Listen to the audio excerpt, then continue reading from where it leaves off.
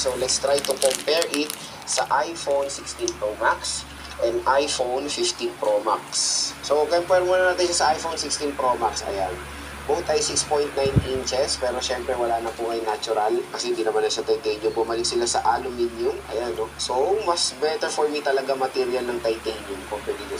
Pero sinabi naman ni Apple na mas better ang aluminum nito compare sa titanium ng 16 Pro Max. I don't know kung totoo yan. Pero, yun, yan ang sabi ni Apple eh. So, syempre, ito yung sasabi nila na mukha daw Poco yung iPhone na to. Pero again, may purpose yung design na ganito ni Apple ngayon. Sobrang laki ng difference sila when it comes sa camera module. Yun, size and all, okay naman. Bigat, I would say, parang pareho lang eh. Oh, pero mas mabigat na siguro nang napakon dito 17 Pro Max. So, dito sa right side, pareho lang sila. Ayan, power button and yung camera module, ay yung camera capture button. Sa taas, wala tayong makikita. Sa left side, pareho-pareho. Action button, power button, SIM tray. Sa baba naman, pareho rin. Ayan. So, open na natin itong si iPhone 17 Pro Max. Ayan. So, setup ko muna to, balik ako kayo. So, yan, sinetup ko na siya mga idol at inano ko na siya sa account ng misis ko. Ayan. So, ito na yung iPhone 17 Pro Max, mga idol.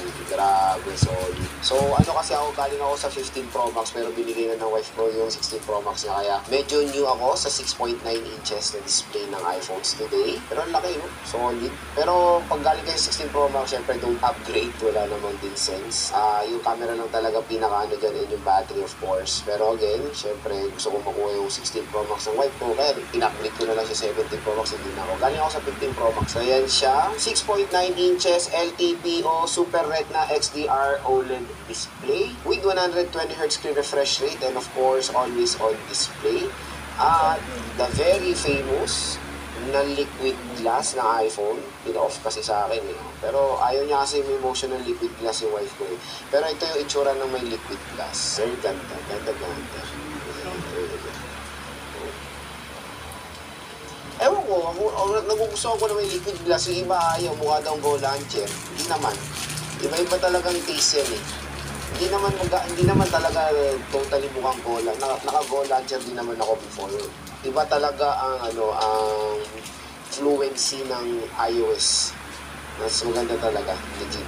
And yung pagka-liquid glass niya, again yung effect, pakita natin na. Open ko lang yung motion. Ayan o, tingnan nyo para siya may glass talaga. O, diba? And ito yung sinasabi, nagreklamo sila dyan sa para daw ganyan na go launcher. Pero hindi. Ang ganda ng fluency, ang ganda ng effect ng liquid glass dito sa iPhone 17 Pro Max or sa iOS 26. Iba-iba tayo ng preference when it comes to that.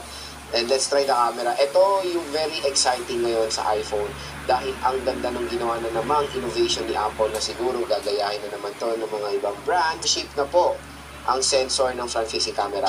So, hindi nyo na kailangan mag-tilt ng ganyan para mag-portrait orientation dahil dyan sa center stage din. Ayan o, automatic yan. Pwede rin center stage off, di ba?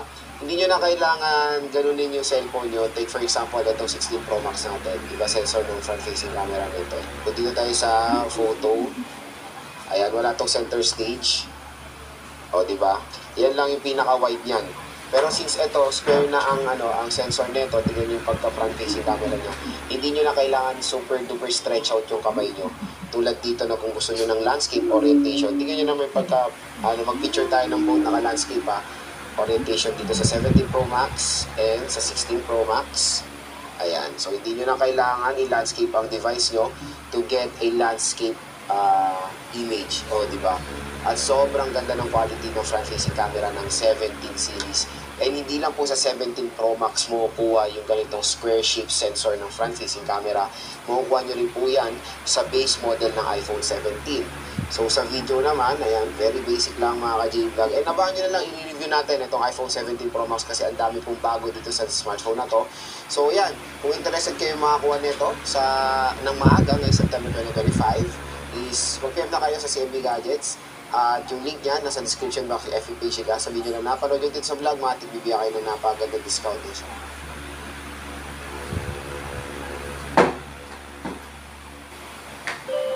Picky eaters fall behind on growth.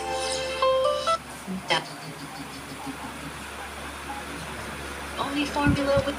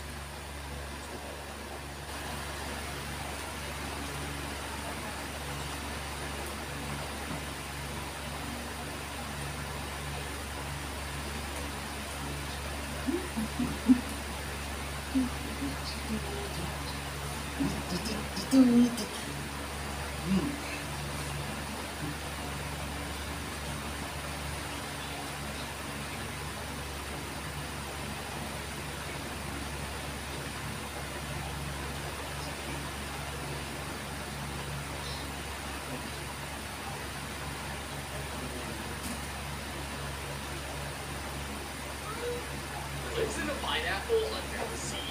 Well, lately it feels like hope. That one's vibrant underwater setting of SpongeBob has never replaced with a lab. If you're in the background, that doesn't even look like the ocean anymore. To new viewers, the show might as well take place on land. In this video, we're breaking down the 4 biggest reasons SpongeBob has stopped feeling like it's underwater. And more importantly, later in this video, we're going to talk about what the creators can do to fix it. Big thanks to author inspiring this video. Now, the first reason that SpongeBob doesn't feel like it takes place underwater anymore has to be its change in color saturation.